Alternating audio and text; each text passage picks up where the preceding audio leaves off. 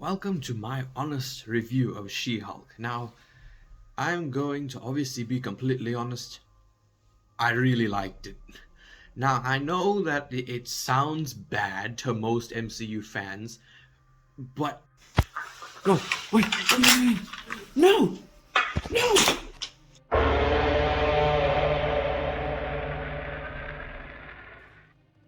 Now, obviously, I know that anyone who actually sees this and who has watched She-Hulk, I know that I'm going to get a lot of shit for this. However, I honestly found the show entertaining. Alright, there's nothing I can do about it.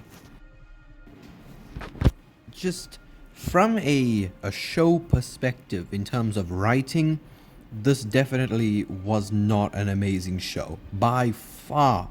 I mean, they didn't really butcher anyone because I mean Hulk is exactly the same as he was in Endgame. However, I just don't like the fact that Hulk is now basically Shrek, except he's less scary now. Jen, on the other hand, is actually really, really sweet. Jennifer Walters is one of my favorite people who I know has, has a superpower like this. But I honestly like the civilian version of her.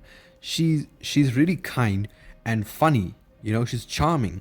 That's why, like, when I don't even know the dude's name, but when he saw Jen after the date and everything, and he just left, I really wanted to punch him. So yeah, I mean, okay, let me just go to when I started watching. So, before I started watching it, I was just like everyone else. I looked at the trailers and everything, and I thought, Marvel, what is wrong with you? Because the trailers made it look like a porno. I think everyone will agree with me there. It looked like absolute dog shit. However, I eventually saw, because I knew the show was called She-Hulk Attorney at Law, so I was like, I'm sure Daredevil's going to make a cameo. And then they released a TV spot with Daredevil, and I was like, I guess I have to watch this now, don't I? And by the time I started watching, the first 2 episodes had already been released. So I decided, you know what? Let me just watch them together. Episode 1 was surprisingly good. I'm glad that they didn't wait until the end of the episode to reveal, their superpower and stuff. Because, I mean, that's what they did with Moon Knight. And Moon Knight, in terms of a writing perspective, is still the best show, in my opinion. However, unlike Moon Knight, I am glad that they kind of got her origins, like the power, how she got it and everything over with quickly. They didn't wait till the end of the episode, like all the other ones do. Because we know that this show wants to be different. I mean, the finale made it pretty clear that, they want to do things their own way. So episode 1 was pretty good. Then episode 2, they, of course, reintroduced Emil Blonsky. And I really did like how, he did actually get let out. Because there was no hope for him, in my eyes, especially after them showing the footage from Shang-Chi. Now, I'm not going to go through each episode, obviously, because I don't remember all of them, and also I don't really care. Let's just skip to the one which, my god, had everyone losing their minds, and that was episode 5, where, of course, we are introduced to Budget Edna Mode, and at the end of the episode, he puts down a container with a Daredevil helmet. Now, of course, we all knew what this meant. This, of course, meant we were going to see Matt Murdock in the next episode. However, episode 6 finished, and we never got him. I thought that they would have at least, teased him in the post-credit scene of episode 6. However, they just completely forgot about it. I just don't know what the plan was there. So yeah, no idea as to why they did that, because episode 6 was honestly kind of okay. The whole Titania thing just kind of annoyed me. I mean, that's what it was supposed to have done. Obviously, Titania is there to annoy you, but I don't know, man. it was kind of weird. Then episode 7 came around, and I was like, I don't think Daredevil will be in this one. And he wasn't. However, oh, episode 8. Episode 8! It was amazing. It was absolutely phenomenal. It was one of the best episodes of any of the Marvel shows. Not just the fact that we had Daredevil, but it also was constructed well with Jen and all of her personal things. And I know that people were worrying, oh, they're gonna ruin Daredevil. Oh, they're gonna turn him into a comedian. Listen, I watched all 3 seasons of the show, right? I do like the dark and gritty feel of it. But you have to remember, Matt was he had some jokes, right? He wasn't completely blinded by seriousness and stuff like that. He had a couple quips to him, and he was just really nice. And in She-Hulk, you can definitely feel that it's the same Matt Murdock.